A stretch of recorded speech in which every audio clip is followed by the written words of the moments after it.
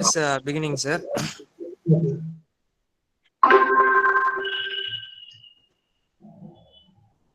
Okay. Yes, sir. Can I start the session, sir? I will just introduce you to the students, sir. Yes, sir. Good morning, boys. Good morning, students. Today, our session is on aircraft structures, and it is being handled by Professor Sabarish. He is from Park College of Engineering and Technology. He has coached many students under GATE forum for GATE exams. Last year also, he came to our college and handled the structures subject regarding GATE. Okay, I think finally, as some of you might know him already. And in this session, you can please utilize the knowledge of the expert regarding structures from 10 to 12 o'clock. Okay, there is no break. You can simply go on from 10 to 12. And you please ask whatever doubts you have. He will rectify it to you. And please follow the instructions that is given by the expert. Attendance I will monitor during the session. Sir, the class is yours, sir. Yeah, thank you, sir. Thank you for the introduction, sir. Okay. So, I started my session. Our subject is aircraft structures, right? In our GATE syllabus, aircraft structures is one of the most important topic. So now, today we see the aircraft structures. I start the session. So if any doubts, you just pin a message. I will see and then I will clear the doubts after the classes. Okay.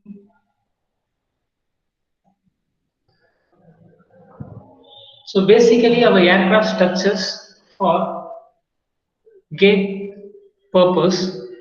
In the gate, they categorized the aircraft structures into three portions, mainly strength of material, and second one is flight vehicle structure, and third one is structural dynamics. And one more topic that comes under special topics, that is theory of elasticity and vibration of beams. The air stress function is comes under the theory of elasticity only. Okay. So I just want to tell to you a detailed syllabus of our aircraft structures, because I can directly go for GATE question papers and solve now and uh, take the classes while solving only GATE problems. But it is not fulfilled to me, so that's why I take now what is our syllabus. So I will tell the syllabus clearly, what are the topics we should cover for the GATE, especially for the GATE, because this full topics comes under our strength of materials and aircraft structures 1 and structures 2, and then vibrations, theory of elasticity. So some of final year students, I think they studied about vibrations and theory of elasticity, but some none of our announced theory of elasticity is not this is optional subject. So some of them not studied. That's not the issue, because the theory of elasticity they're going to ask two or three questions like that. So now we going to see the weightage of marks. Okay, so everyone see the presentation? Yes or no? Can anyone tell?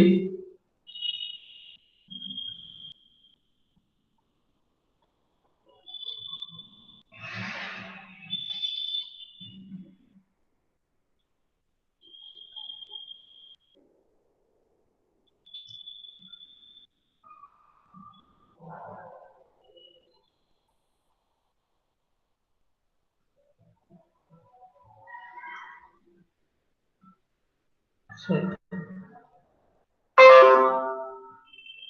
my screen is visible to you? Fine. So we have I take on from 2007, gate 2007 until 2020. Up to 2020, I take aircraft structures portion, marks alone, how much marks they asked in that particular year. So in 2007, aircraft structures only 28 marks. So overall average marks from aircraft structures is around 20 to 25 marks. If you well good in aircraft structures, you can easily get pass. You can easily get pass marks in gate. You can easily crack the gate also. Gate exam easily, right? Fine. So our average marks is 20 to 25. So now, why we need to study the aircraft structures? Right. So not only aircraft structures, the aircraft structures. So it's maybe automobile or it may be any mechanical components. So why we need to study the aircraft structures? Okay. So we have in this sphere we have a cantilever beam. One second.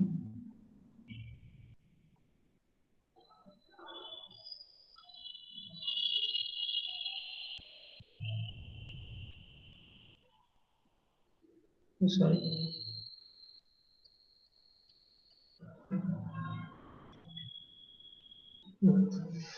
So we have a 3D circular cross section structure as shown in the figure. Now I apply the load P, that is a P which acts top on the circular bar, and axial tensile force that will act F, that is F applied on it, and the same time I will apply the torque also. So this structure is need to withstand the whole loading system. At the same time, the structure will withstand the bending load, that is P, and axial load, that is F, as well as the torsion load T. So at some point, the structure will get failure, right? So when the failure happens, where it happens, we need to know. If the value is known, we can design a structure to withstand our loading system. So for that, on that purpose, we need to study the structures, right?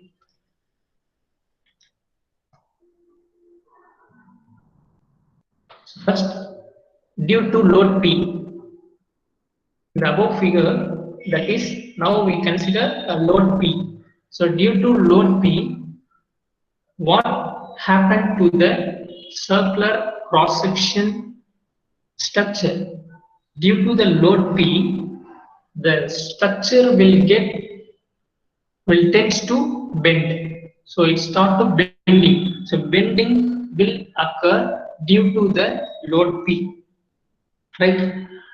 So first we analyze what type of bending take place, whether it is a symmetric bending or asymmetric bending, like that.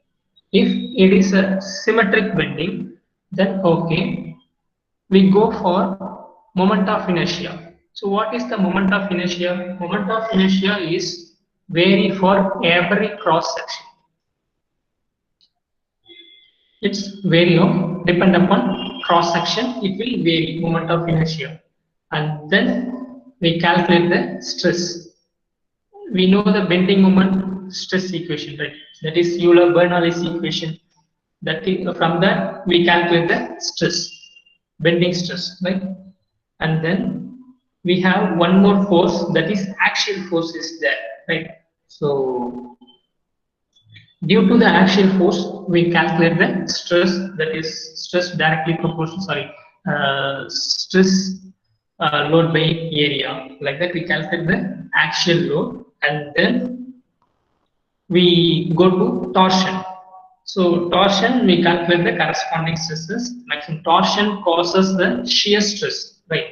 So we continue to the torsion.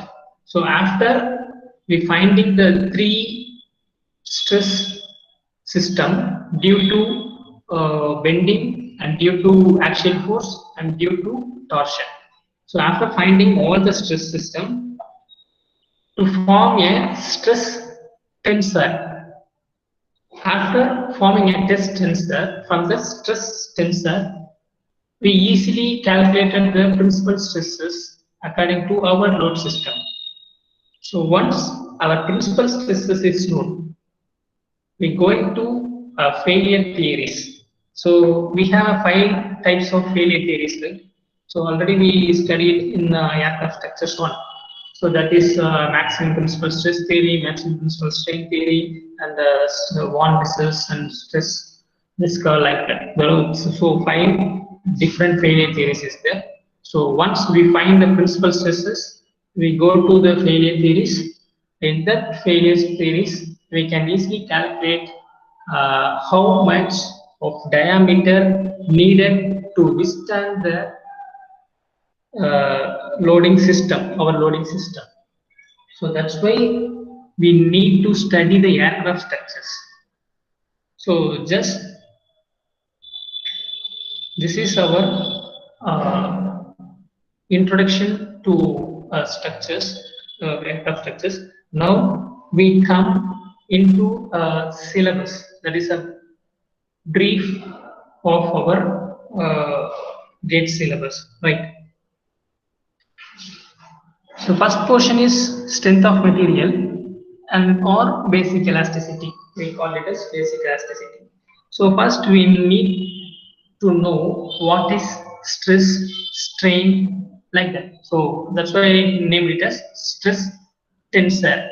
Stress tensor is nothing but array. Tensor is nothing but array of elements that is comes in a matrix form, that is we called as a tensor. Okay, so we have different types of stress. We need to know what are the stresses we have. Compressive stress, compressive load, like that. Okay, we have stress, ultimate stress, and yield stress. We need to know what are these stresses, like that, right? Then equilibrium equation. Equilibrium equation is nothing but summation of forces in x direction equal to 0, summation of forces in y direction equal to 0, like that. So then strain tensor. Strain tensor is nothing but a normal strain epsilon and a shear strain, combination of normal strain and shear strain. It gives a strain tensor. And strain displacement relations, and then Hooke's law, we know the Hooke's law, that is stress directly proportional to strain, right? And then principal stresses, principal strain. Principal stresses and principal strain is the maximum stress system in a structure. I think we all know this principal stress, what is principal stress and principal strain. And then Mohr circle. So Mohr circle is used to find out the principal stress and strain by using graphical method. So that is Mohr circle. So here in this basic elasticity, we have a marks 4 to 6 marks. From these topics, we get a minimum of 4 and maximum of 6 marks will will make up, right? And then compatibility equation, and compatibility equation is like boundary conditions, like that, and plane stress and plane strain conditions, and then Airy's stress function. This Airy's stress function also you find out the stresses, but that is applicable for 2D systems only. Then thin spherical and cylindrical pressure vessels, and then columns is 4 conditions: crippling load and stress. Crippling load and crippling stresses. Need to find the crippling load and crippling stresses. And what are the 4 conditions means? We know one end is fixed and other end is free, and fixed, and both ends are free. So we have 4 types of end conditions in the column: short column and long column. That is, using this condition, we find out the crippling loads. That is crippling load or crippling stress. It's all come under this columns. And then shear force and bending moment diagram. So this is we studied in our strength of material, and the deflection of beams. So deflection of beams also studied in strength of material as well as aircraft structures 1. So how to find our deflection of beams? We have a Macaulay's method, double integration method, conjugate beam method. I got so many methods to find out the deflection of beams. Moment area method like that. So moment area method is very easy to find out deflection of beams within a few seconds. So we go into moment area method or virtual work method. So we're going to use this method to find out the deflection of beams. So shear force and bending moment diagram and deflection of beams. These are the most important topics under the basic elasticity. So frequently they ask questions from this topics. So we need to more concentration on the topics. So next, second major topic is flight vehicle structures. So these flight vehicle structures comes under our aircraft structures too. So in our aircraft structures too, we studied about unsymmetrical bending, like that is a bending, pure bending. Bending is symmetrical and unsymmetrical. We have 2 types, and difference between the Euler beam theory and Timenshchenko beam theory, and moment of inertia, and then thin walled section of thin walled closed and open section. In the thin walled and the closed, thin walled open and closed section, we find out the shear flow and shear center for various section. So then final topic is torsion. So in this torsion, that is a basic torsion equation: angle of pitched, shaft series and parallel, Brett-Batho formula, that is T equal to 2AQ like that, and multi-cells. Using the Brett-Batho formula, we solve the multi-cells problems to find out the shear flows, torsional constant and torsional rigidity. So in this, the torsion topic is very much important under the flight vehicle structure, because you take a last 4-year question paper, the torsion topic is there. So they will ask 2 to 4 marks in that topic itself. Only torsion itself, they will ask the 2 to 4 marks. So maximum they will ask torsional constant or torsional rigidity, like that, and they go for multi-cell. In that multi-cell, we need to find out the shear flow, that is Q value. So that is too much important. Torsion is okay.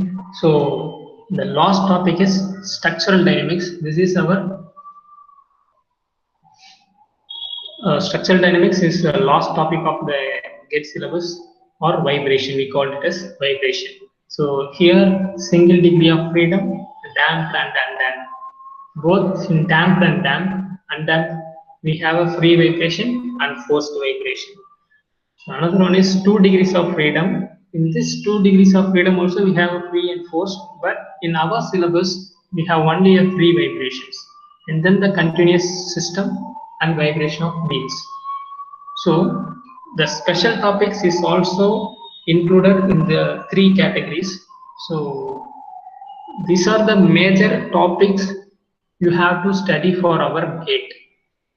If these topics you are well known, it is very easy to crack the aircraft structures questions. That's it.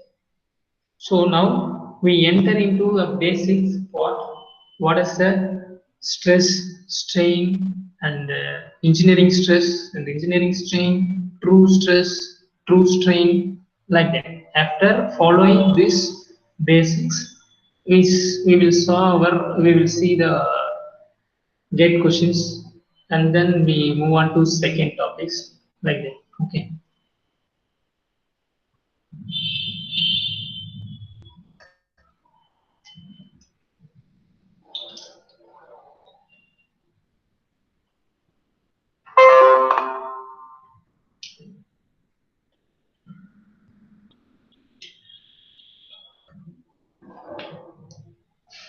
So all of us,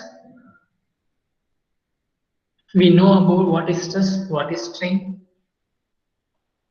all those things, right? So stress, we normally call that is sigma, that is force per unit area. So that's why P by A. Its unit is Newton per meter square. So here unit is very much important. So maximum of students will fail in the unit conversion. So in GATE, they will give a minimum dimension, that is mm, but in the answer they need in meter. In that time, our students will get mistake. So unit conversion is very much important, very much concentrated on that unit conversion while solving your problem. So more concentration on that part, unit conversion.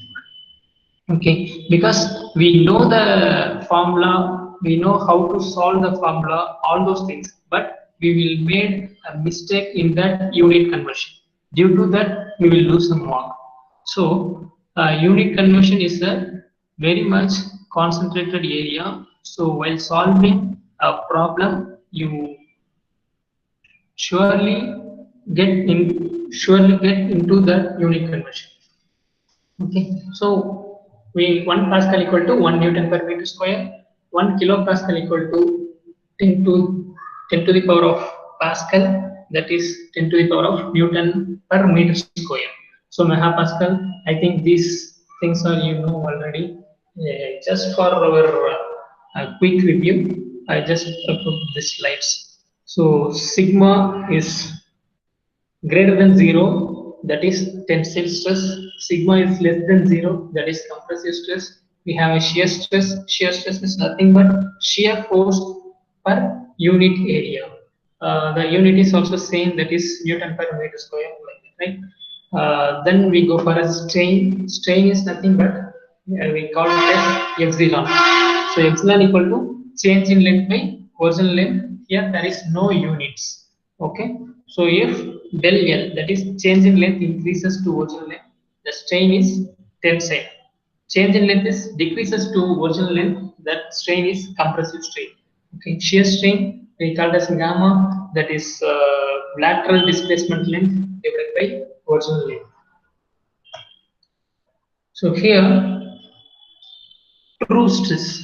Some of our peoples might know about this true stress and true strain. Some of us we didn't hear about this true stress and true strain. Right. Once again, is there any message? Okay. Okay. So true stress is the applied load divided by the actual cross-sectional area. Here, stress is normally load divided by area, right? So, what is difference between the normal stress, true stress, that is normal stress or engineering stress, or we call it as nominal stress? This all the stresses are same. What are the stresses? Engineering stress, normal, nominal. These stresses are same, but true stresses and engineering stresses are different.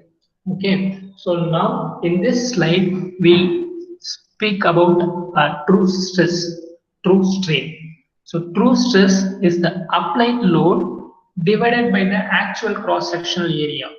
So this cross-sectional area is changing with respect to time of the specimen at the load, because due to the load our area will change because of the strain will occur, right? So due to that strain, the mild changes in the area.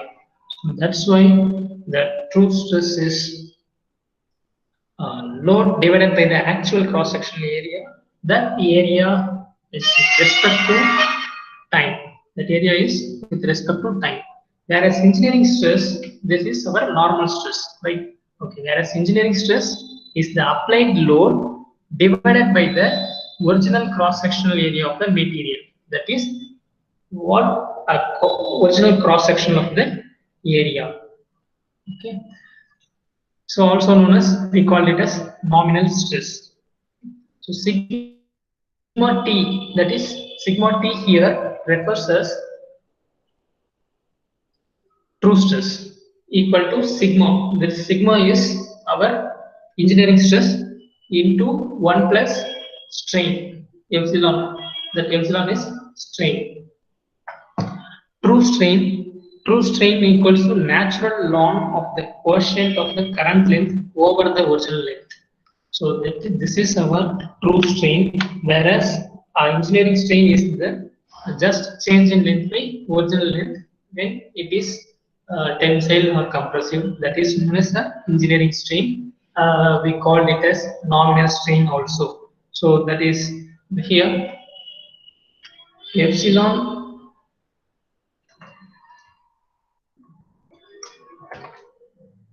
epsilon t equal to ln of 1 plus epsilon. So this is our true strain, true stress and true strain.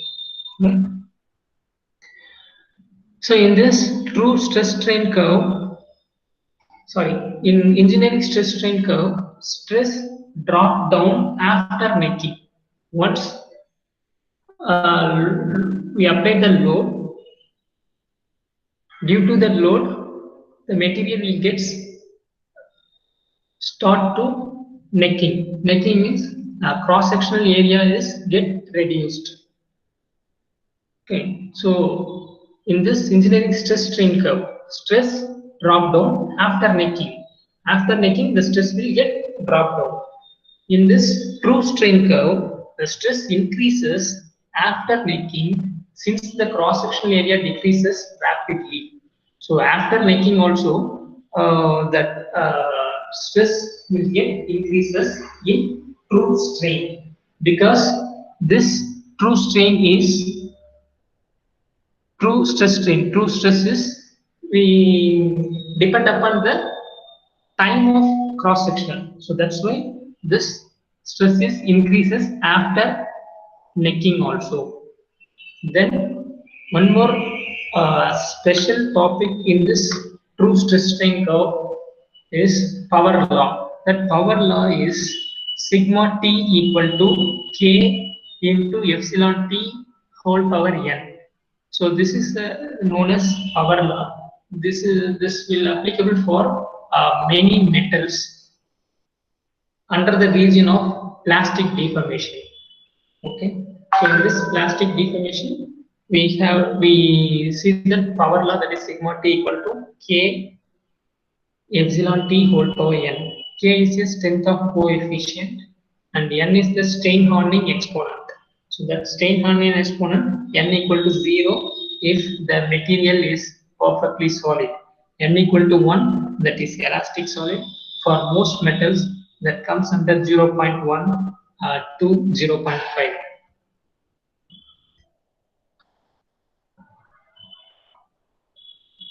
Okay.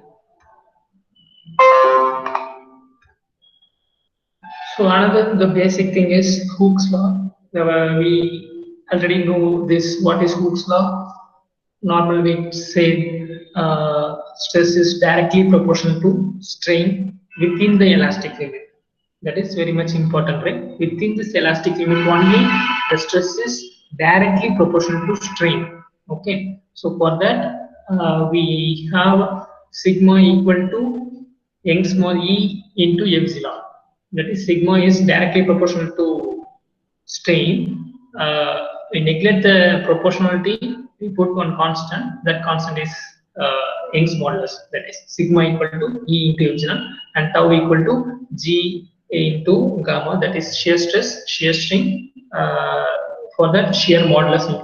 So we have three elastic constants, right? So what are the three elastic constants?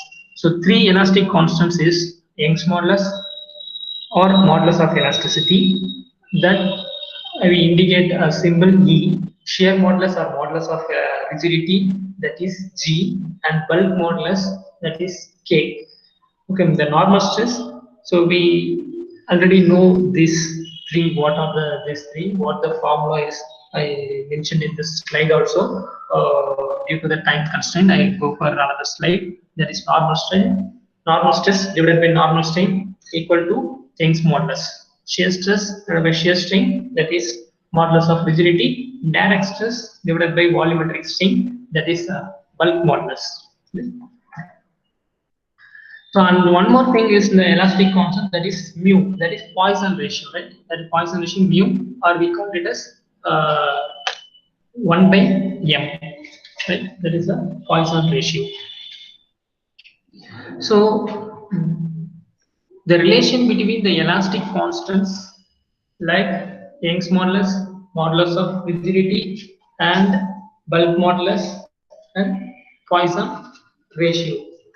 This is very much important. Using this relationship, we have one questions, at least one question. It will come maximum one question. It will come. That's it. But using this relation, we can solve all those maximum problems. So you just concentrated on the relationship deeply. So E equal to Young's modulus equal to 2G 1 plus mu, then that equal to 3K 1 minus 2 mu, that equal to 9kg plus 3K plus G, whereas here K is bulk modulus, mu is Poisson ratio, and G is modulus of rigidity, E is our Young's modulus. So Poisson ratio is nothing but a lateral strain by longitudinal strain. That is our Poisson ratio, right? Okay, fine. So these are the elastic constants, and this is the relation between elastic constants. E equal to 2G into 1 plus mu, like this. This is the equation. That is very much important to solve Young's modulus and Poisson ratio and the shear modulus, like that. Fine. Now we go for the materials.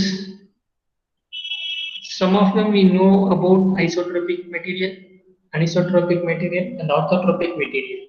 So why I going to take that topic is,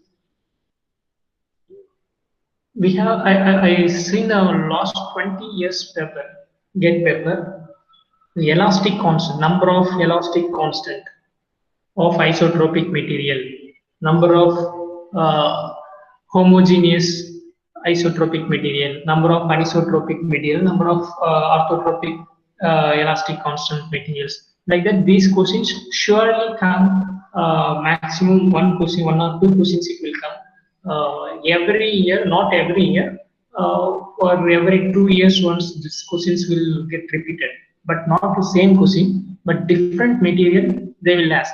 So that's why I take this topic, what is isotropic, anisotropic, and orthotropic. First, we guys need to know what is isotropic material, what is anisotropic material, and orthotropic material, right? So isotropic material, properties of a material are identical in all directions. So in all direction, properties of materials is same. So whereas anisotropic material, the properties of material depends on this direction. So depend on this direction, the properties of material will vary. So that is anisotropic material. And orthotropic material has a 3 orthogonal planes of symmetry, but different properties along the each of the 3 principal directions. Orthotropic material, we have three principal direction. In this three principal direction, we have different properties. Each have different properties. So that is known as orthotropic material. Okay. So here, for generally anisotropic material, they are 81 independent elastic constant. So we have anisotropic material, the material 81 independent elastic constants. With additional stress symmetry, the number of independent elastic constants reduces to 54. Further, with the strain symmetry, it will reduces to 36. So these three numbers we have to memorize the things.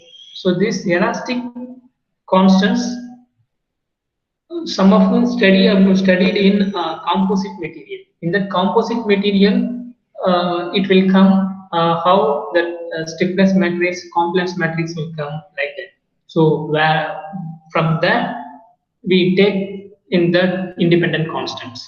From that tensor, stress tensor only, we take these constants. How much that 81 independent elastic constants, and if it is a stress symmetry is that comes to 54. If it is a strain symmetry, then number is reduces to 36. That only for anisotropic material. And then hyperelastic material with stress strain symmetry. Now both the stress and strains or symmetry has 21 independent elastic constants. This is also for anisotropic material. So first slide is full of anisotropic material, that is 81 independent elastic constants. If it is stress symmetry, it becomes a 54. Strain symmetry, it becomes a 36. If it is a both symmetry, stress and strains are symmetric, in that material elastic constants is 21 elastic constants. Okay. And then this is for one plane of material symmetry. This is for also isotropic material for plane of material symmetry. One plane, one plane is symmetry is known as monoclinic material. We call it as that is 13 independent elastic constants. So orthogonal, we have a 9 independent elastic constants. For transversely isotropic material, we are 5 independent elastic constants. For an isotropic material, there are 2 independent elastic constants. Next class, I am going to show you what is isotropic material in direct application, because we didn't get a clear idea about. I think so. You didn't get a clear idea about isotropic, anisotropic, and orthotropic. I give a live example for these materials. Next session, I will give a live examples. What are the material systems? Okay.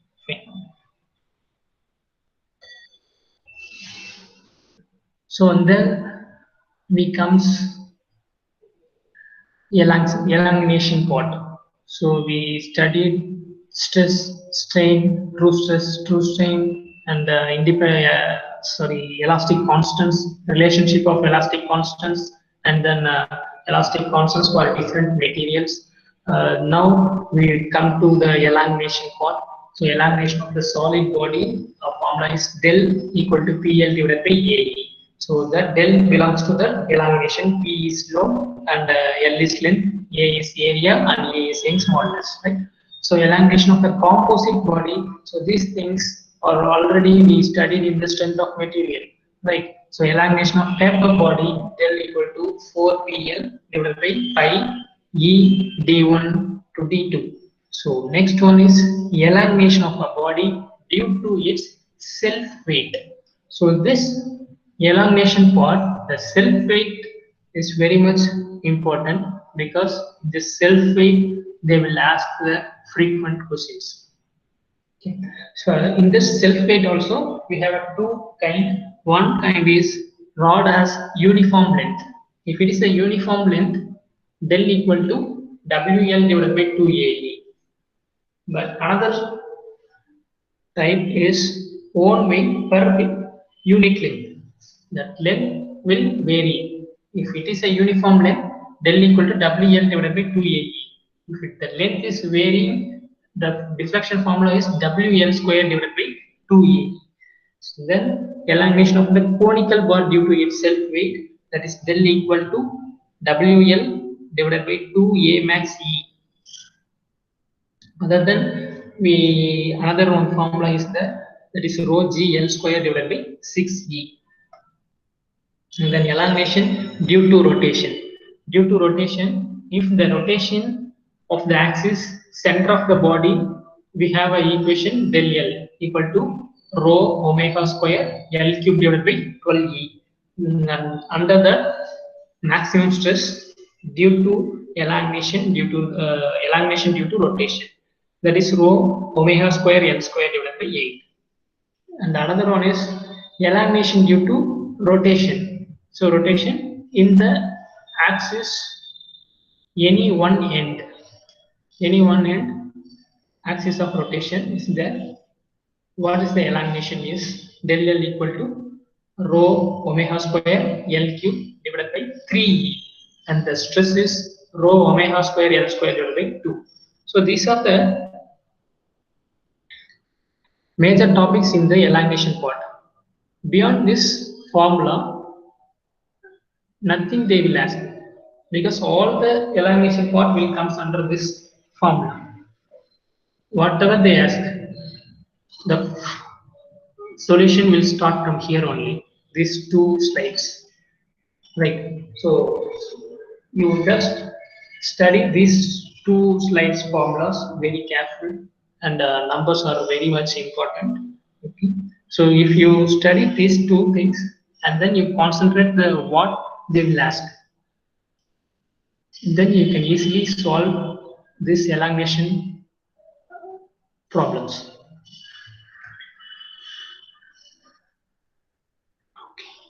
Okay, fine. Then factor of safety. Now we comes to the factor of safety. Factor of safety is important for every structure. So we called it as the factor of safety is n.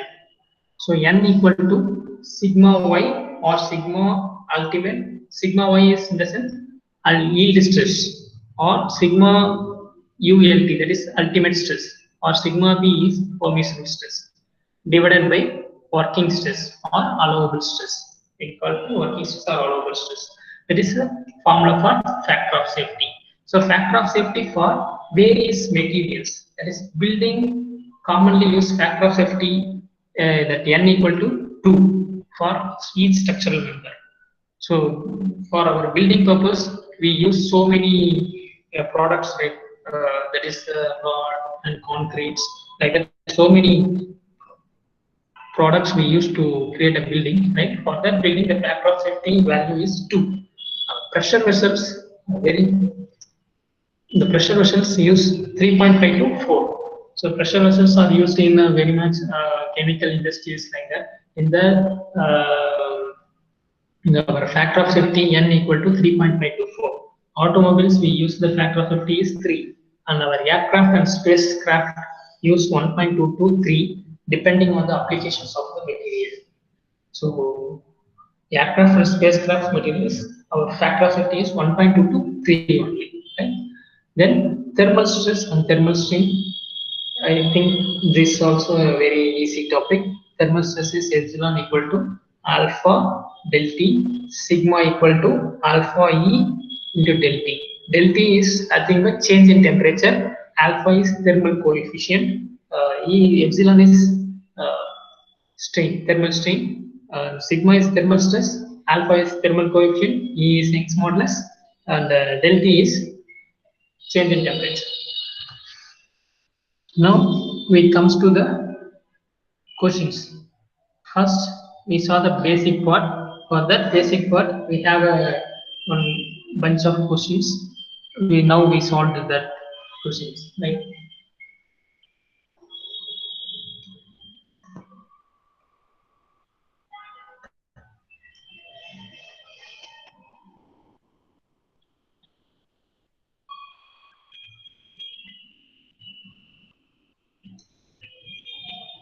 Okay.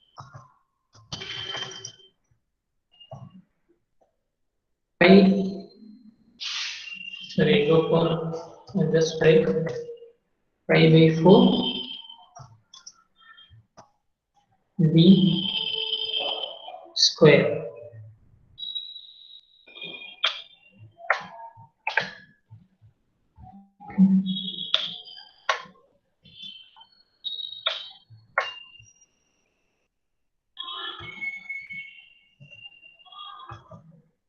So this is our area formula. This is comes under instead of a we put pi by 4 d square. So that d square is inversely proportional. So L is directly proportional and d is inversely proportional to diameter, that is d square. So what's the option? The correct answer is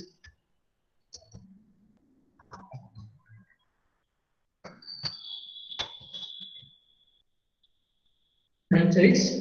Okay. So that is the correct answer. Correct option, that is proportional to L and inversely proportional to d square. Okay, fine.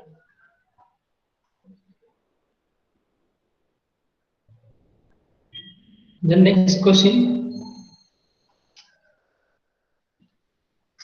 maximum the gate questions is too much lengthier, but while solving the problem is very easy. So first of all, don't get fear about while seeing the questions.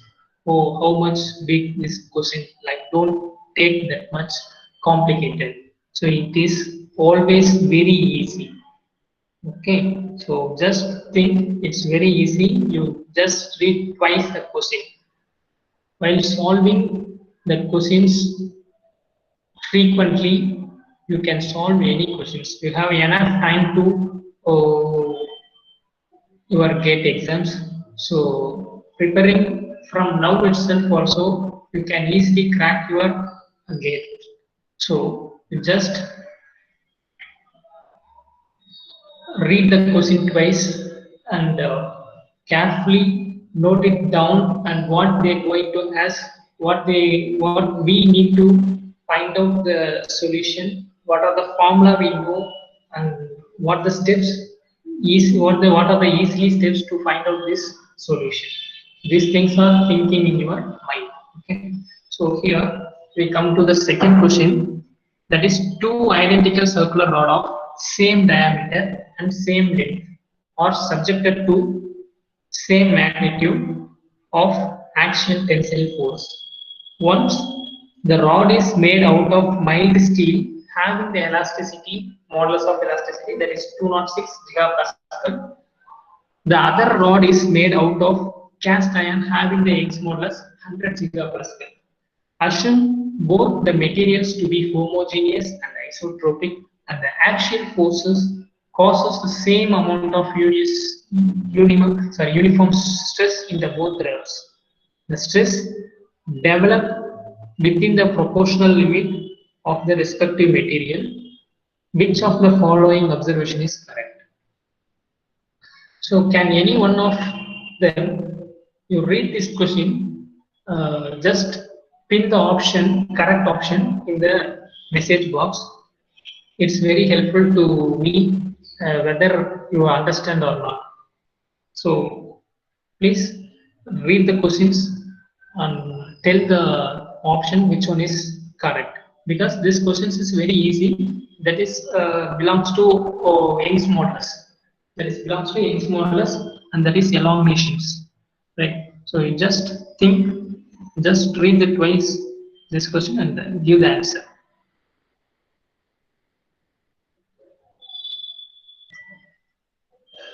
Which of the following is both rod elongate by the same amount? Mild steel rod elongates more than cast iron. Cast iron elongates more than mild steel. As the stress, last option is as the stress are equal, strain are also in both ends.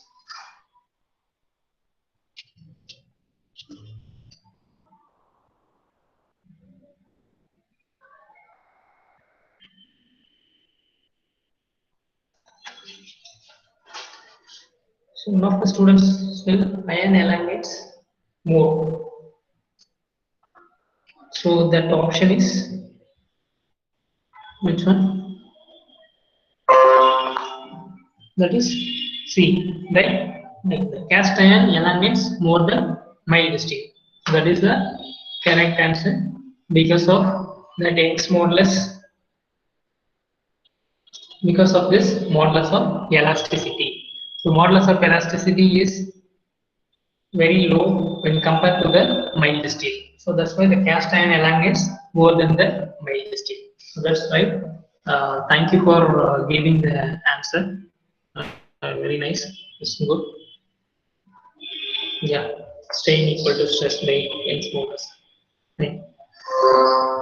So we go for the third question. Yeah.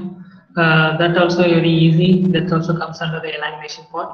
A steel bar of 40 mm, 40 mm cross 40 mm square cross section is subjected to an axial compressive load 200 kilonewton. If the length of the bar is 2 meter and Young's modulus is 200 gigapascal, what is the elongation of the bar? So we have a formula, right? So the formula is del equal to PL divided by AE. So all the given data is enough to find out the solutions. So you just solve this problem. Here we concentrate on the unit conversion. So because a steel bar of 40 mm into 40 mm and the length of the bar is 2 meter and Young's modulus is 200 gigapascal and compressive load is 200 kilonewton and final answer will come under mm. So you just carefully made a unit conversion and tell the answers. So next class you just bring your calculator along with you. It is very useful. Maybe sometimes I made a mistake. You just you have if you are correct, you just correct me. Otherwise, if you are any doubts in that also, I will clear that one. So that's why next class itself we have a LC with you.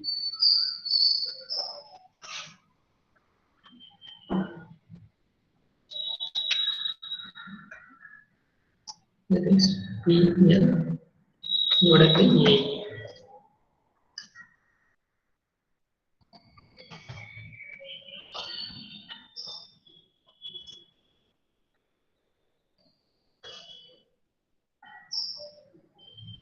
What is the load here? 200 kilonewton. It change into newton. It becomes 100 power 3.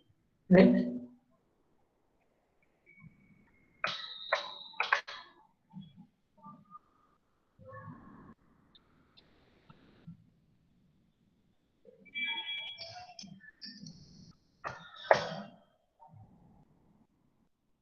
Into L. Once the L is that is 2 meter.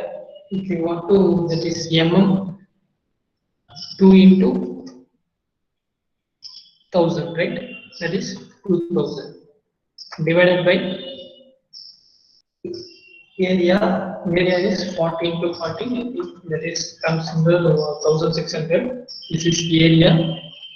And Young's modulus is 200 gigapascal.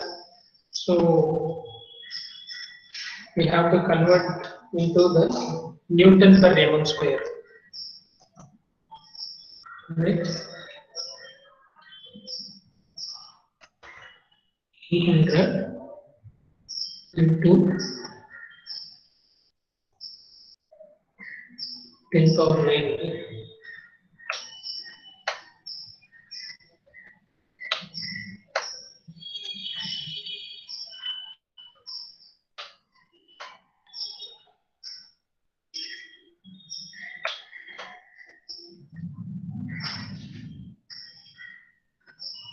Now it turns to Pascal. 200 into 10 power 9 is Pascal. Newton per meter square.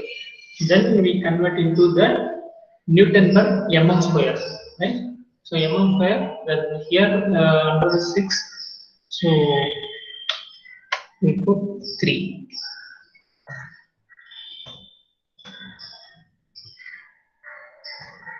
Now it becomes Newton per mm square equals, what is the answer?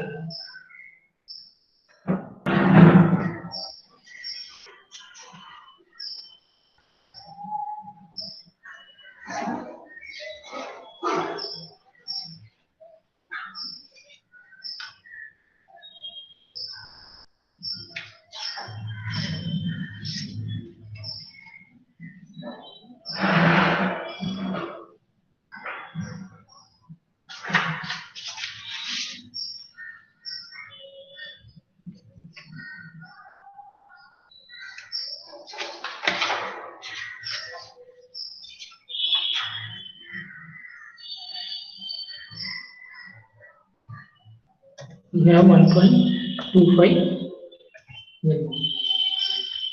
Okay. This is our formula.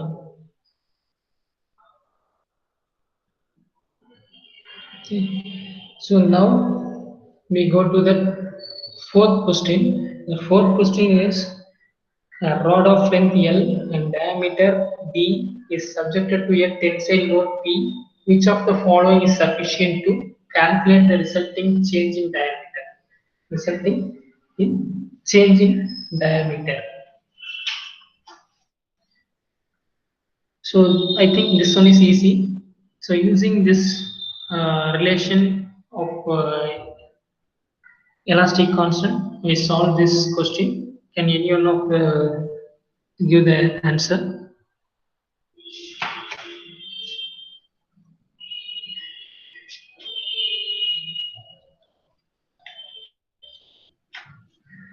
We show the question.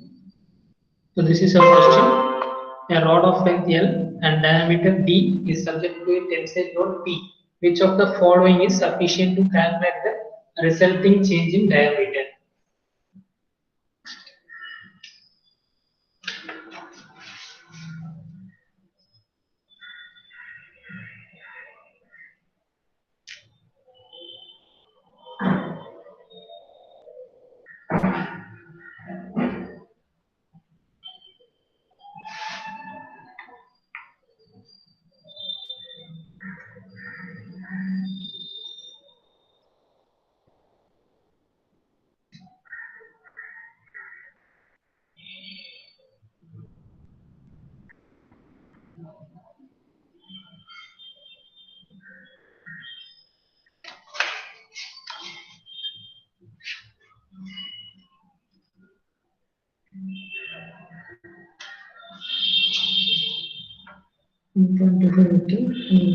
Fourth question, can anyone give the answer? This is our question.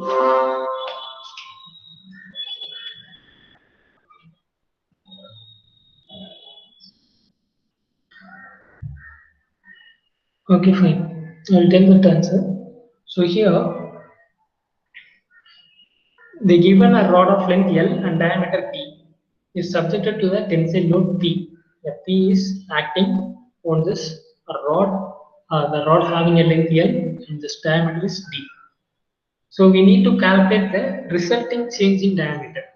Resulting change in diameter means what means? That is the strain. Okay, we need to find out the strain. So what strain we find out means longitudinal strain. That is change in diameter, right? So the change in diameter we need to find out the longitudinal strain. So for that longitudinal strain, we need a Young's modulus for calculating the transverse strain. And we need Poisson ratio too. Then we need a shear modulus too. So what is the formula is E equals 2G1 plus mu. That is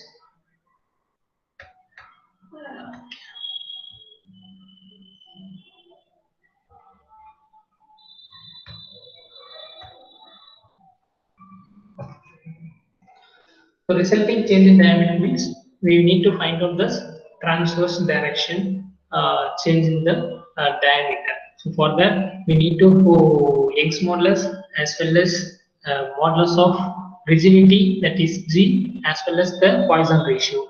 So these three things we need to know. But in this case, we have both E and G also. It's enough to find out this resulting change in the diameter. So that option is D is the correct answer.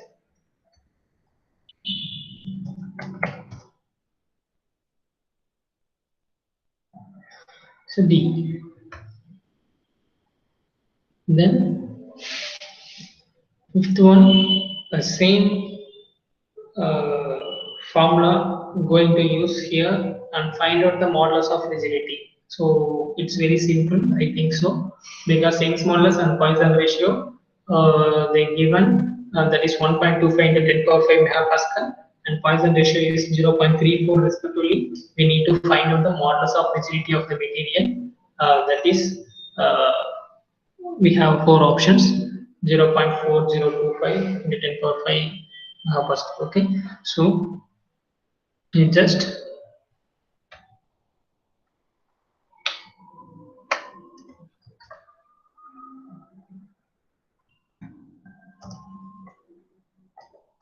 look into this equation. I think this equation is enough to find out this, to solve the question, to find out the modulus of rigidity G. So that is E divided by 2 of 1 plus mu gives the modulus of rigidity. That is, what is the Young's modulus value is 1.25 into 10 power 5.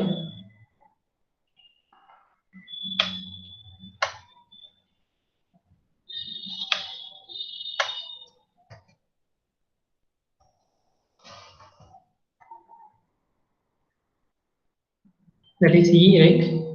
Divided by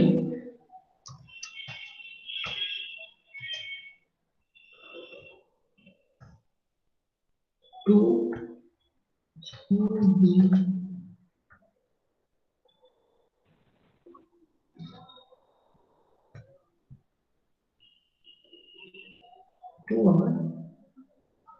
1 plus mu 0.34.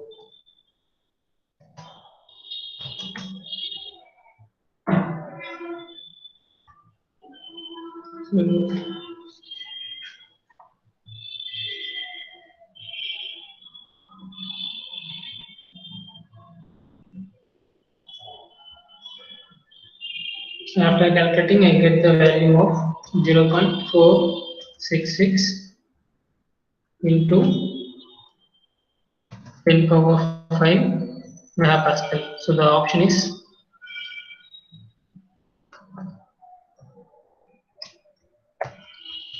B. So those who are getting the option B is correct one. The another question we have in terms of Poisson ratio, the Young's modulus, the shear modulus of elasticity, shear to the Young's modulus to the shear modulus. So here you just read the question twice. What they ask? They will ask Poisson, in terms of Poisson ratio, we need to find out the ratio of Young's modulus to the shear modulus. That is E divided by G. So what is E divided by G? In terms of Poisson ratio. We need in terms of Poisson ratio, what is the ratio of E and E to G? They mean like that. So here we can easily find out that is E by G equal to 2 into 1 plus mu. So that is option A is the right option, right? Fine. And the last topic is last.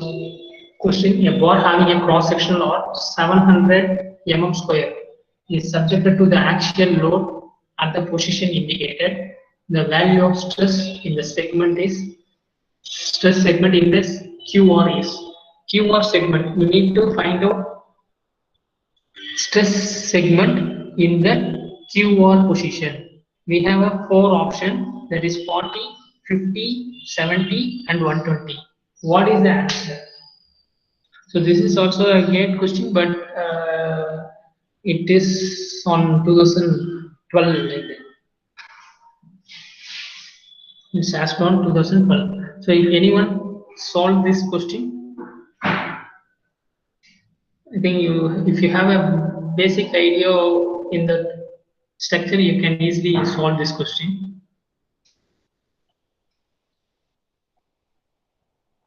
If anyone solve means just give your answer.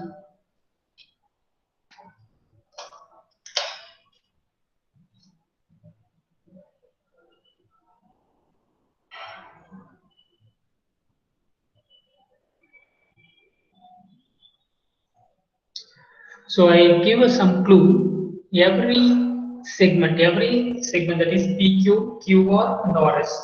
This every segment have a equal stress system.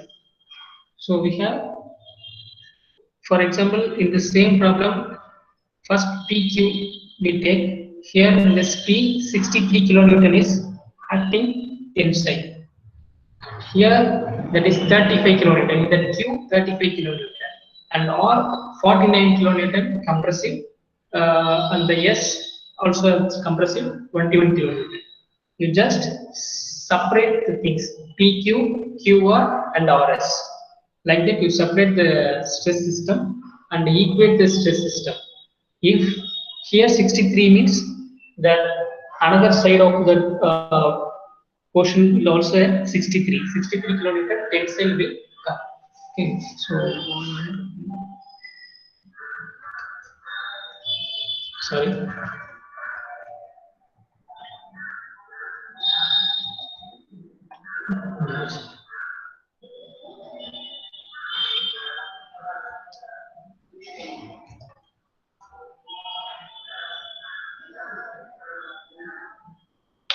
So,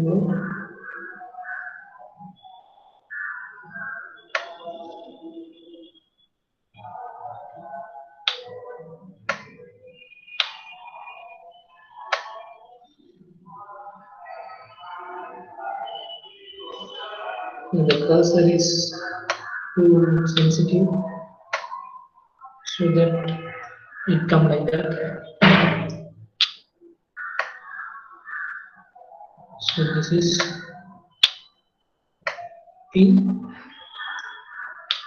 and this is Q. Here 63 kilonewton.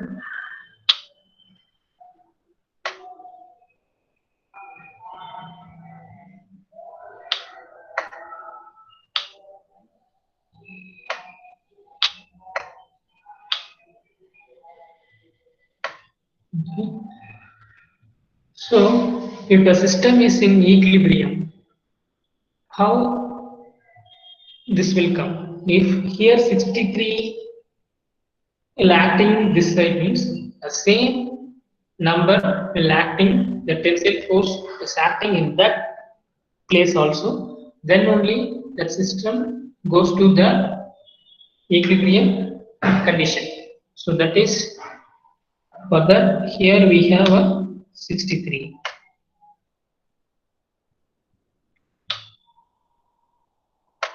Okay, so now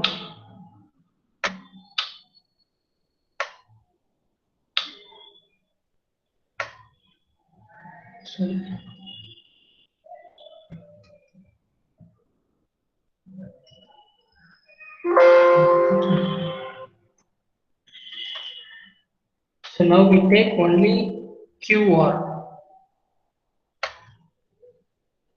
Here 35 kilonewton. So in this PQ 63 minus 35, what will we get? That is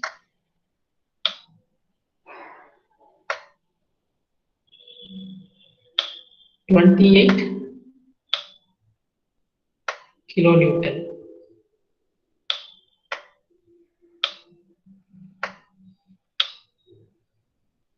Okay. Here this is Q. Okay, and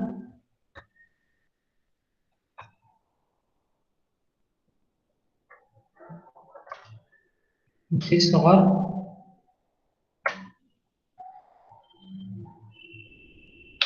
Here the load, here 28 means here also 28 will come. Surely it will come. Then only the system will get safely being condition, because here that 49 minus 21, what you will get, that is 28 kilonewton. Here also 28.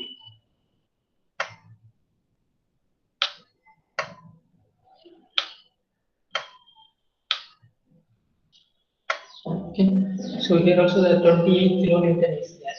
So what they're going to ask me, the value of stress in the segment QR. We need to find out the stress value in the QR segment. So we know the value of stress, right? That is sigma QR.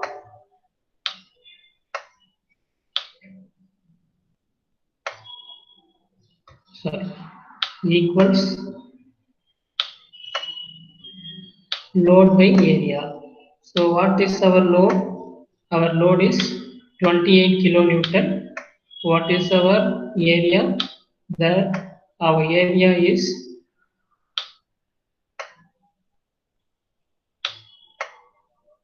700 mm square. So I put here 28 kilonewton.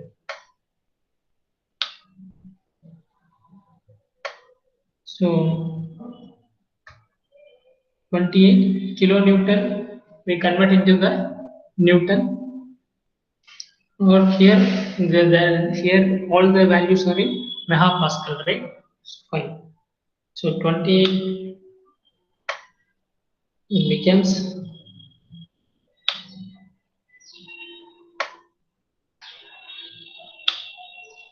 28,000. Now I change this one to Newton, and then here the values is in mm square.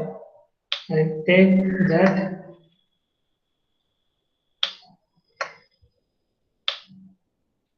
0, 0.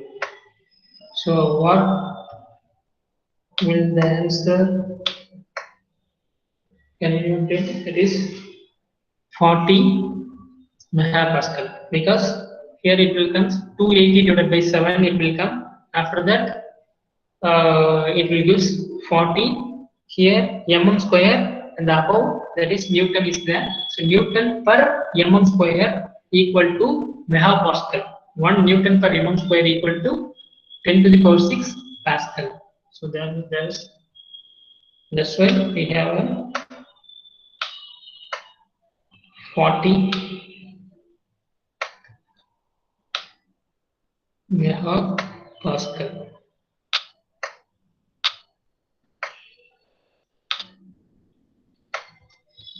Right?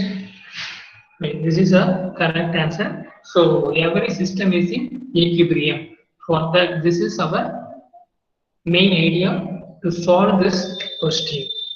Okay. So each and every question like that, some key term inside in that. So you have to analyze that key term and solve easily.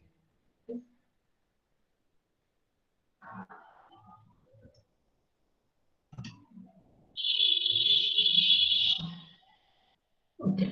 Then we come into the stress system. Before I'm going to come stress system, I need to know whether you understand this topic which we covered last 1 hour.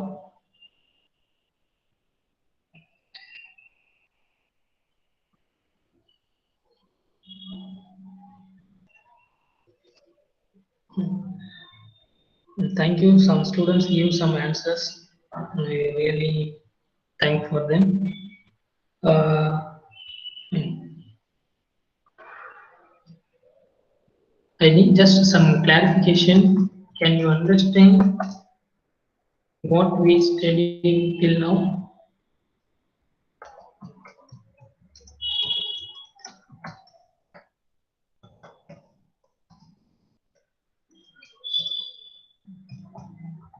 Because it's all basic.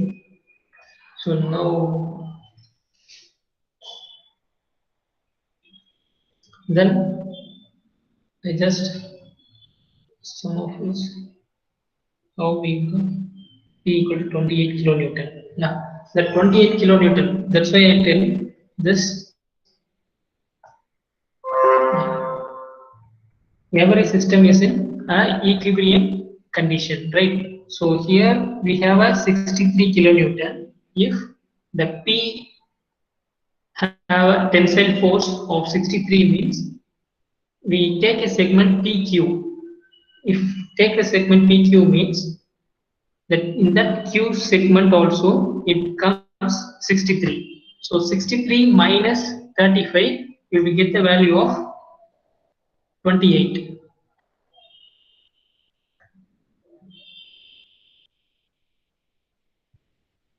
I come to enter here.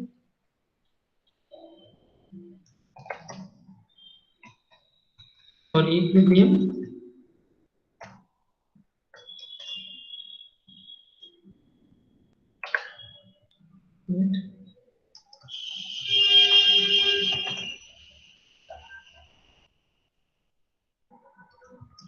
PQ segment loaded only 63 kilonewton.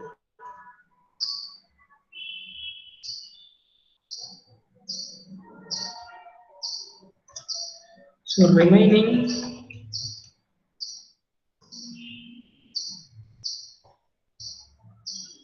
that is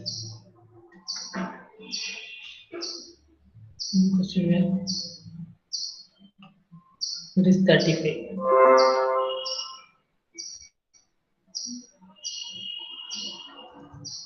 Yes, 35 gives 28.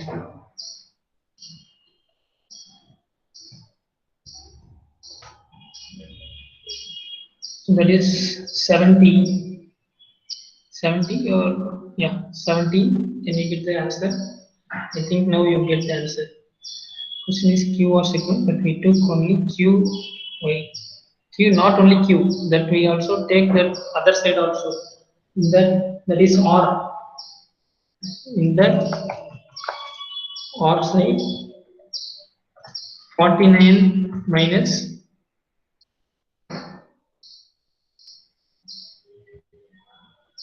21. 49 minus 21 will get 28.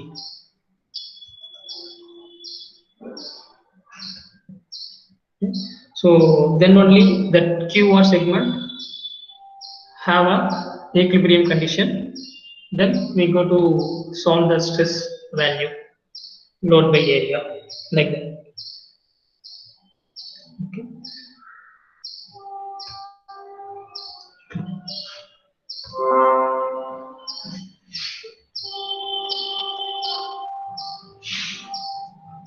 Now we come to our stress system.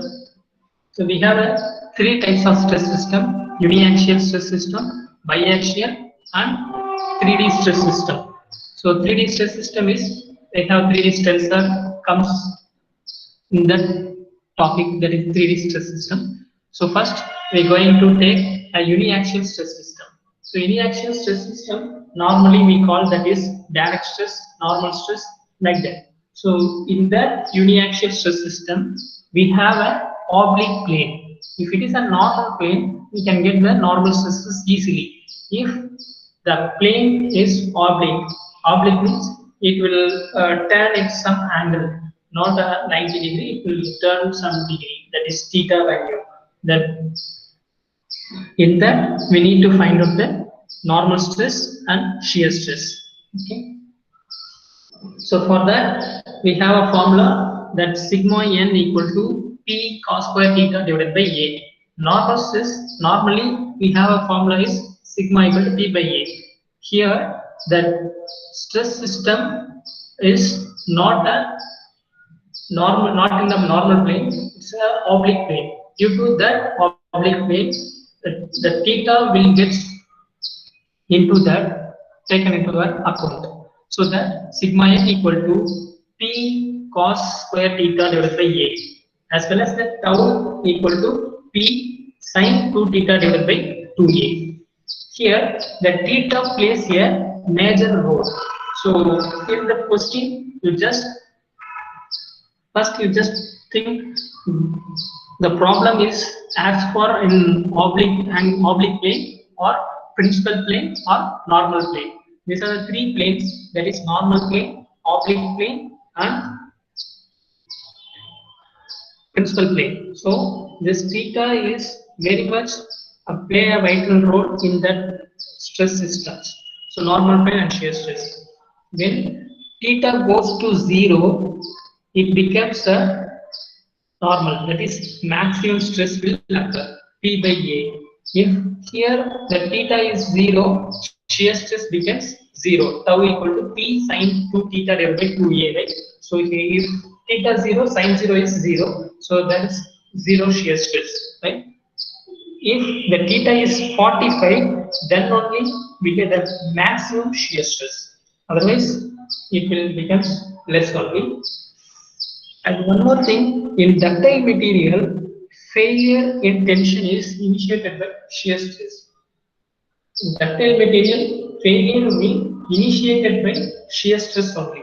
Due to that shear stress, in the ductile material, the elimination will occur. After that elimination, necking process will take place.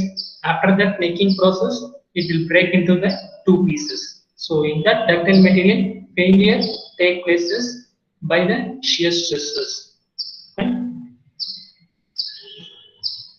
Now we come to the uniaxial biaxial. Biaxial means only we have a two stress system, which is sigma x, sigma y. Sigma is equal to 0. Now in this slide, this is complex stress system. Complex stress system is nothing but we have a complementary stresses. What is defined by, what is meant by complementary stresses? Complementary stresses is nothing but the stress which is used to equilibrium to the system. The system on the equilibrium we create some stress. The stress will create. So that stresses are known as complementary stresses. Maximum shear stress will produce like that. So that's why maximum we will get complementary shear stresses. Okay. And that complementary shear stresses are equal in magnitude but opposite direction. Sign convention is opposite and direction is opposite, but magnitude is same. That is, this is for a complementary stresses only. Okay, in this slide, material is subject to combined direct and shear stress. Combined direct and shear stress. That's why this is a cross sectional of the element stress system. That is sigma x here. Sigma y is here in vertical direction, sigma x is horizontal direction. This P is arbitrary, that is orthogonal direction, that is oblique angle theta. The cross section is cut with some plane, that is known as P. Here normal plane sigma n, and this is tau will come, that shear stress.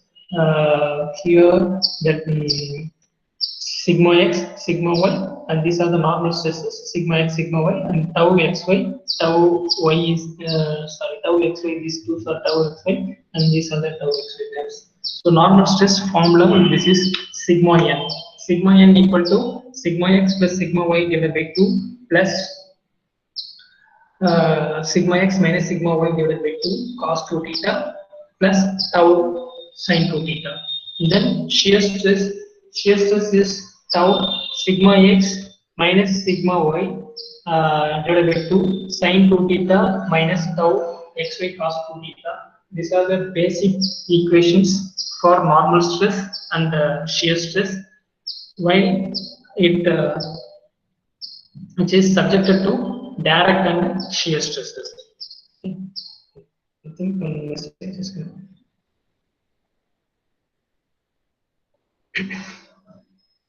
So you can't get, sir, what if various stresses? Various stresses means I didn't get you. That's 71 number.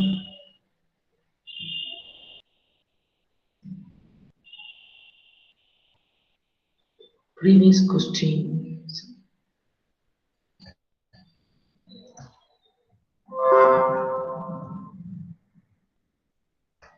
Previous question means, oh, that is question number 7 you asked.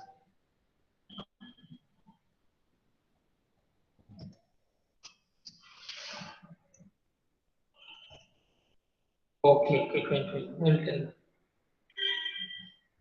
Okay.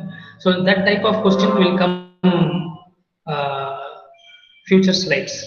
Right? We have a complex stress system. How we will going to calculate the stress system? That in future slides that problem will come. You will see that problem also.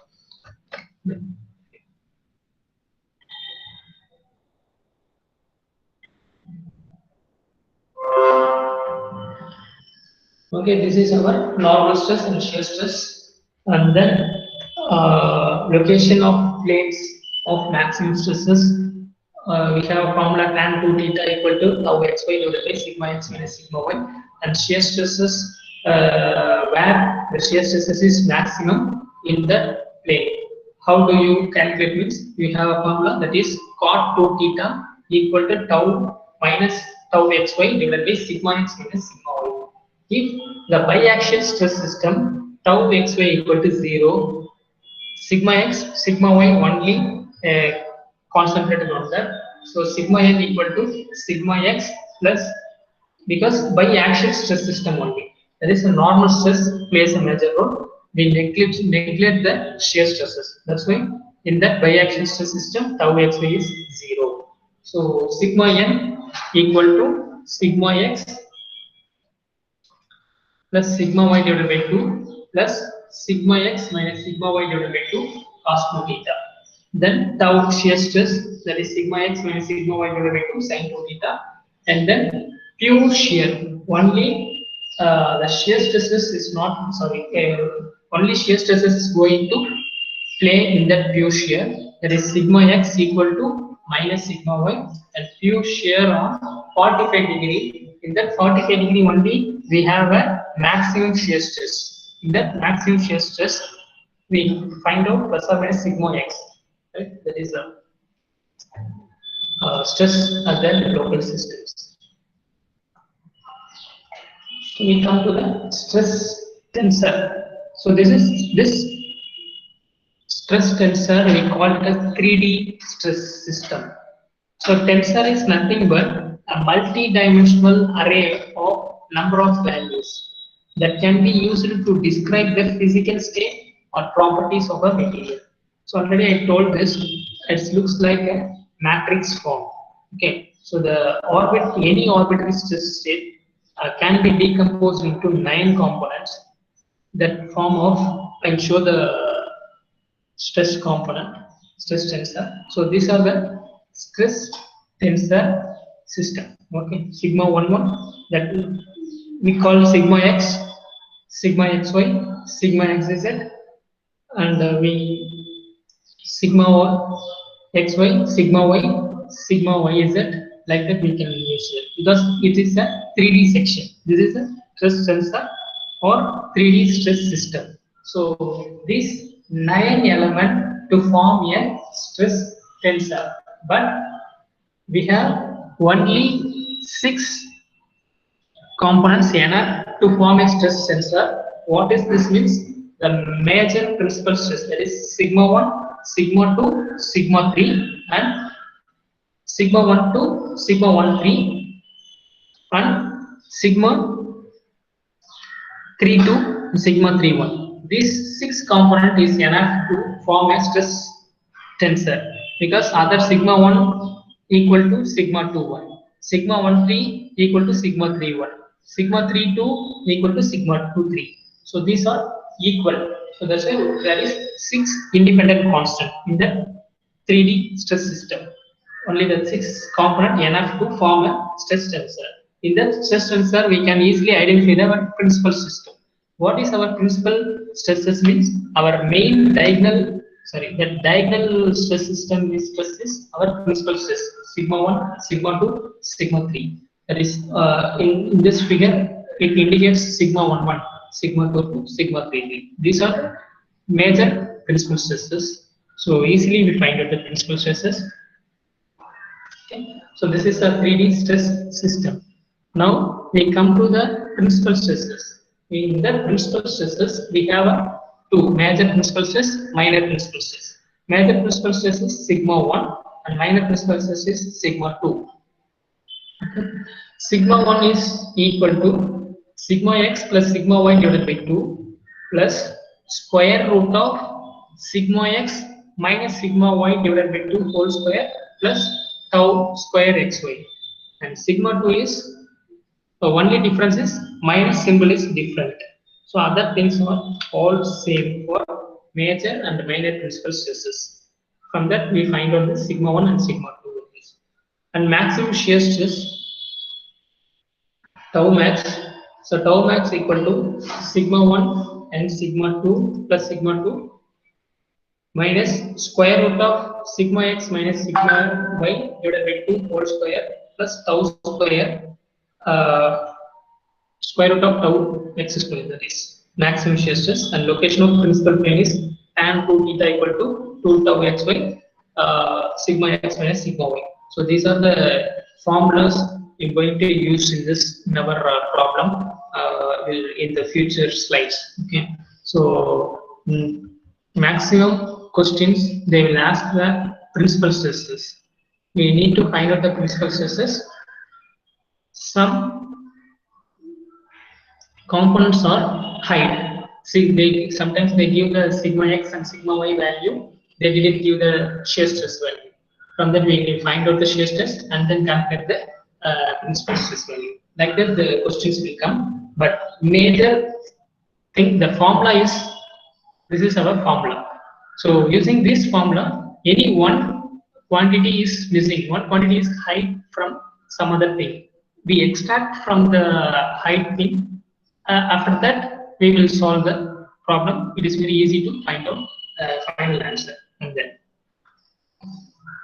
then location is tan 2 theta equal to 2 tau xy divided by sigma x minus sigma y. Then principal strain is same only that epsilon. There we use sigmas. Here we use the epsilon. That's it. Here not tau, that is shear strain will come. Shear strain in the sense here this one gamma x.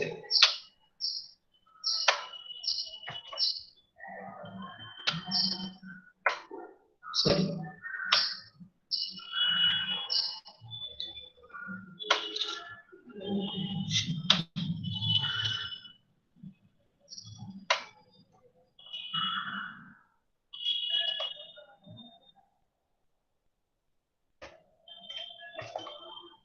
So this is gamma xy square whole power by 2. Okay. So maximum shear strain gamma epsilon 1 minus epsilon 2. Location of our principal plane is tan 2 theta equal to minus gamma xy divided by epsilon x plus epsilon y. Okay. So this principal strain, this is a strain tensor. The strain tensor is epsilon xx, epsilon yy, epsilon zz is a diagonal elements, and others are shear strain. These are the normal strains. These are the 3D stress strain sensor. Then 2D strains and corresponding stresses. Using 2D strain, we find out the stress system, and that is sigma x, sigma y values. Using this formula, we can easily find out these things. Fine. We have a 3D strain system. For that 3D strain system, epsilon x, epsilon y, epsilon z. We have the following formulas is there. So formula is very much important, because in that formula only you need to find out which data is missing. From that, the data is hide from another one.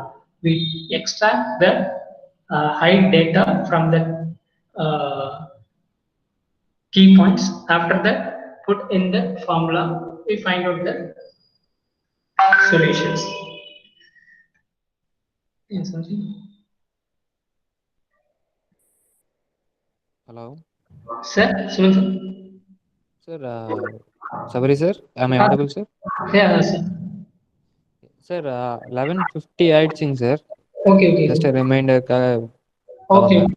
Fine, sir. Fine, sir. Sure, sir. Okay, Okay, by 12 we can wind it up, sir. fine. Okay, sure, sir. Sure, sir. Thank you. Yes.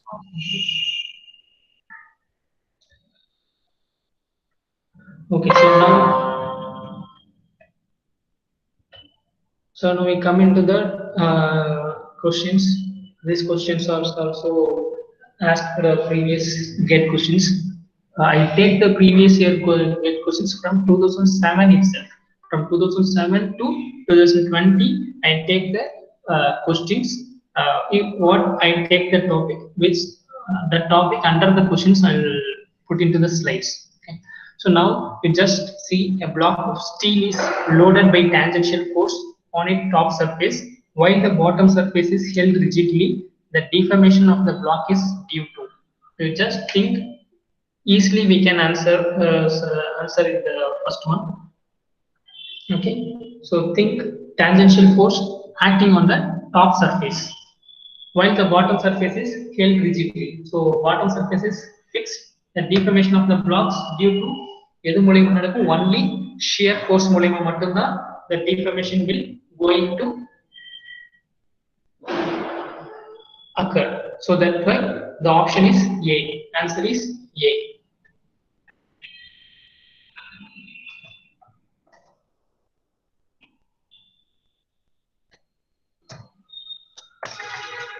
Next, a shaft subjected to torsion experience a pure shear tau on the surface. The maximum principal stress on the surface, which is at 45° on the axis, will have a value of, what is the answer for that? That is, we have a tau cos 45 and 2 cos 45° and 2 cos 45 sin 45, and C option is tau cos square 45.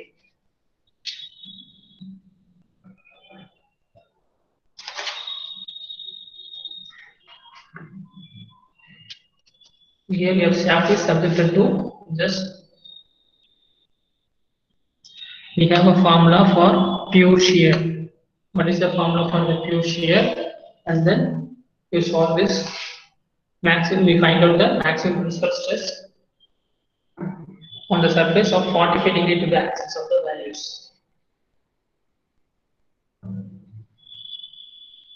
The question will ask on get to 7.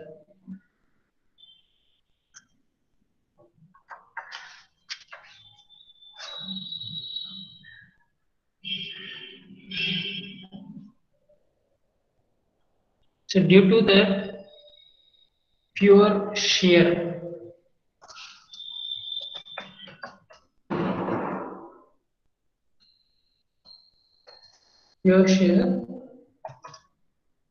normal stress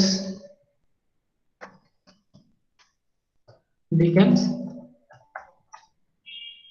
0, right? So normal stress becomes 0. We have a formula where I go to show the slides.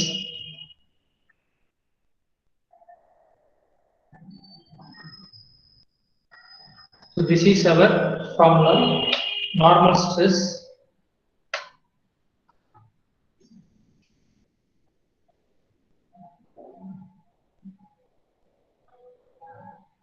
so this is our formula.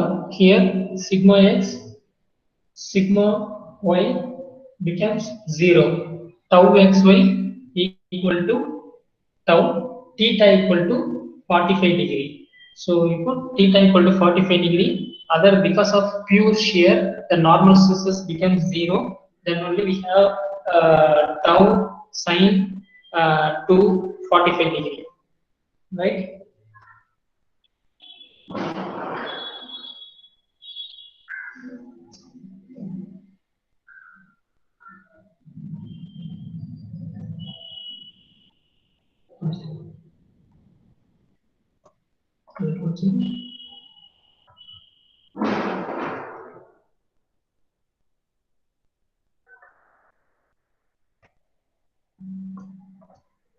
So this is our formula. You substitute here sigma x, sigma y, all becomes 0. So this whole system will get cancelled. Only this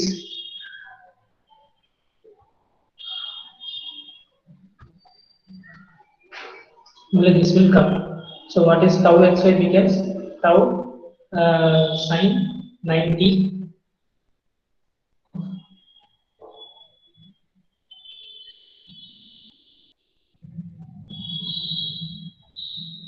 sine 2 theta becomes 2 sine theta cos theta, right?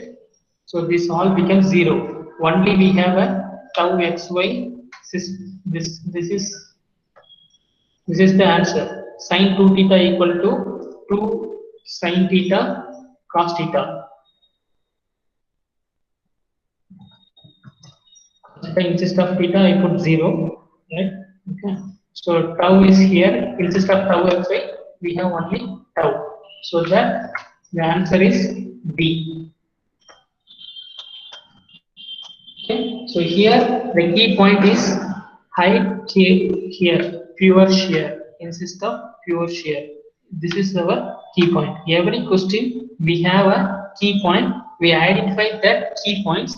If we identify that key point, you can easily solve your problem. Okay. So just read the question 1 or 2 times. Then identify your key points. After finding the key point, you can easily solve the problem. We find out of which formula we can use. Formula first உங்களுக்கு எல்லாமே தெரிஞ்சிருக்கணும். Using that formula தெரிஞ்சிருக்குது அப்படின்னா ஈஸியா first அந்த question 1 or 2 times நீங்க read பண்ணனும். Read பண்ணதுக்கு அப்புறம் உங்களுக்கு ஒரு கீ பாயிண்ட் கிடைக்கும். ஏதோ ஒரு இடத்துல வந்து அந்த கீ பாயிண்ட் ஐடென்டிஃபை பண்ணீங்க அப்படினாலே அந்த ப்ராப்ளமை ஈஸியா சால்வ் பண்ணிடலாம். சோ அந்த கீ பாயிண்டை எப்படி ஐடென்டிஃபை பண்றதுல தான் உங்களுக்கு இருக்கு. அந்த கீ பாயிண்ட் ஐடென்டிஃபை பண்ணனும் அப்படினா சப்ஜெக்ட் தெரிஞ்சிருக்கணும். சப்ஜெக்ட் தெரிஞ்சிருந்தா நீங்க ஃபார்முலா படிக்கும்போது ஃபார்முலாவை மக்கப் பண்ணக்கூடாது. இந்த ஃபார்முலா எதுக்காக யூஸ் பண்றோம், ஏன் யூஸ் பண்றோம் அப்படிங்கிற விஷயம் உங்களுக்கு தெரிஞ்சிருக்கணும். ஃபார் தட் இந்த மாதிரி பண்ணீங்க அப்படின்னா you can easily find out what is the key point in that problem. So அதை ஈஸியாக ஃபைண்ட் அவுட் பண்ணிடலாம். We will see more problems on the next sessions. Maximum I will try to cover the topics because aircraft structure is so vast syllabus we have, because still we have shear force bending moment diagram and deflection of beams, and then symmetrical bending and shear stresses. So much many topics is there. We have only remaining 4 sessions. I will try to cover all the topics. கொஞ்சம் கொஞ்சமா எடுத்து எல்லா topic cover பண்ண try பண்றேன். So before that நான் டைரக்டா வந்து question எடுத்து நான் சால்வ் பண்ணிட்டு போகலாம். பட் அதுல வந்து சரியான சப்ஜெக்ட் மேட்டரை நீங்க அனலைஸ் பண்ண முடியாது. ஸோ தட் இந்த ஃபார்முலா சொல்லும் போது நீங்க வந்து இந்த ஃபார்முலா எங்க யூஸ் பண்றோம்னு ஐடென்டிஃபை பண்ண முடிஞ்சது அப்படின்னாலே ப்ராப்ளம் ஈஸியா சால்வ் பண்ணலாம். நமக்கு ஒரு சிலவங்க எல்லாருக்கும் ஃபார்முலா தெரியும், பட் நமக்கு அந்த ஃபார்முலா எங்க யூஸ் பண்ணணும்னு தெரியாது. ஸோ அதனாலதான் வந்து நம்ம ஃபார்முலா பார்க்கும் போதே வந்து இந்த ஃபார்முலா இதுக்காக யூஸ் பண்றோம். அதனால தான் நான் வந்து அந்த ஃபார்முலா போட்டுட்டு அந்த ஃபார்முலா கீழே நமக்கு தேவையான ப்ராப்ளம்ஸ் சால்வ் பண்றோம். ஸோ அப்போ அந்த ஃபார்முலா யூஸ் பண்ணி இந்த ஃபார்முலா வந்து இந்த இடத்துல யூஸ் பண்றோம் அப்படின்னு உங்களுக்கு தெரியணும். So for that only I will do this. So previous next future slides நிறைய ப்ராப்ளம்ஸ் இருக்கு, அதை குயிக்காக ரெக்கவர் பண்றோம். சரி, குயிக்காக பார்க்கலாம் அதெல்லாம். ஸோ ஜஸ்ட் ஃபர்ஸ்ட் டேன்றதுனால கொஞ்சம் ஸ்லாக் ஆயிடுச்சு டைம். ஸோ நெக்ஸ்ட் செஷன்ல வந்து ஃபாஸ்டா மூவ் ஆகும். Hello sir. Hello. Yes, yes. Sir, can you hear Yes, me, sir. Yeah, thank you, sir. It was a nice session, sir. I hope the boys would have related the formula with the Yes, problems that are asked in GATE. Is it over, sir? Yes, sir, Shall we wind it up, sir? I will give some people are asking assignments. I will give some assignment in our Google Classroom. They will do it also. Sir, I can't hear you, sir. So now can you hear me, sir? Yes, sir. Yes, yes. Assignments Yes, sir. கேக்குறாங்க. நான் Google Classroomல கொஞ்சம் போடுறேன். Okay, okay. You can submit it as materials or assignments itself. You can directly submit it there. Sir. Okay, sure. Sir. That is a good option only. Yes. Not issue. So that you can grade them directly. Yeah. Okay. Yeah. Thank you. Thank you. Okay. So thank you, guys. We wind up the sessions. Yes. Hello, boys. Hello, sir. Sir, I take leave, sir. Yes, sir. Yes, sir. You can leave, sir. No issue, sir. Yeah. I will contact you now. Yeah. Okay. Thank you. I have some instructions for the boys. That is what Okay. I am trying to say. Yeah, Hello. what are you Yes. Hello, boys. அண்ணா கேக்குதா நான் பேசுறது? Sir கேக்குது sir. கண்ணா 2 o'clock உங்களுக்கு முத்து சாரோட session இருக்கும். Okay. And there is one more thing I want to talk with you. That is okay, we'll stop recording this thing.